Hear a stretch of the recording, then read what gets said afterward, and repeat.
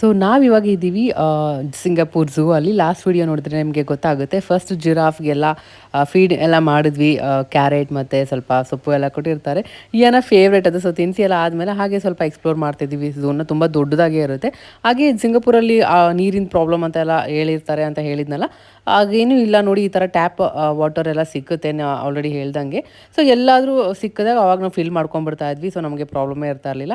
ಏನಂತರೂ full ಮಲ್ಕೊಂಡೇ ಬಿಟ್ಟಿದ್ಲು. ಅವಳು kids ಒಂದು zone ಇತ್ತು, ಅಲ್ಲಿಗೆ ಬಂದಿದ್ವಿ. ಅವಳು ಆಟಾಡೋ ಟೈಮಲ್ಲೇ ಅವಳು ಮಲ್ಕೊಬಿಟ್ಟಿದ್ಲು. ಸೊ ಹಾಗೆ ನಾನು ಕಿರಣ್ ಹಂಗೆ ಸುತ್ತಾಡ್ತಾ ಇದ್ವಿ. ಎಲ್ಲ ಬಟರ್ಫ್ಲೈಸ್, ಅನಿಮಲ್ಸ್, ಅದು ಮತ್ತು ಏನು ಪಾಯ್ಸನ್ ಫ್ರಾಗ್ಸ್, ಡಿಫ್ರೆಂಟ್ ಫ್ರಾಗ್ಸ್ ಎಲ್ಲ ಇತ್ತು. ಸೊ ಅದೆಲ್ಲ ನೋಡ್ತಾ ಇದ್ದೆ. ಅದಾದಮೇಲೆ ತುಂಬಾ ಚೆನ್ನಾಗಿತ್ತು ಸೀಲ್ ಶೋ. 20 ಮಿನಿಟ್ಸ್ ಹೋಗಿದ್ದೇ ಗೊತ್ತಾಗಿಲ್ಲ. ಏನಂತರೂ ತುಂಬಾ ಎಂಜಾಯ್ ಮಾಡಿದ್ಲು. ಅದೆಷ್ಟು ಚಂದ ಮಾತು ಕೇಳುತ್ತೆ, ಎಷ್ಟು ಚೆನ್ನಾಗಿ ಟ್ರೈನಿಂಗ್ ಮಾಡಿದ್ದಾರೆ ಅದನ್ನು. ನಿಜವಾಗ್ಲೂ ತುಂಬಾ ಚೆನ್ನಾಗಿತ್ತು. ಇದು ಝೂಗೆ ಬಂದಿದ್ದು ಇದು ನೋಡಿ ತುಂಬ ಖುಷಿ ಆಯಿತು ಅಷ್ಟೇ. ಈ ವಿಡಿಯೋ ನಿಮಗೆ ಇಷ್ಟ ಆಗಿದ್ರೆ ಲೈಕ್ ಮಾಡಿ ಮತ್ತು ಫಾಲೋ ಮಾಡೋದನ್ನ ಮರಿ.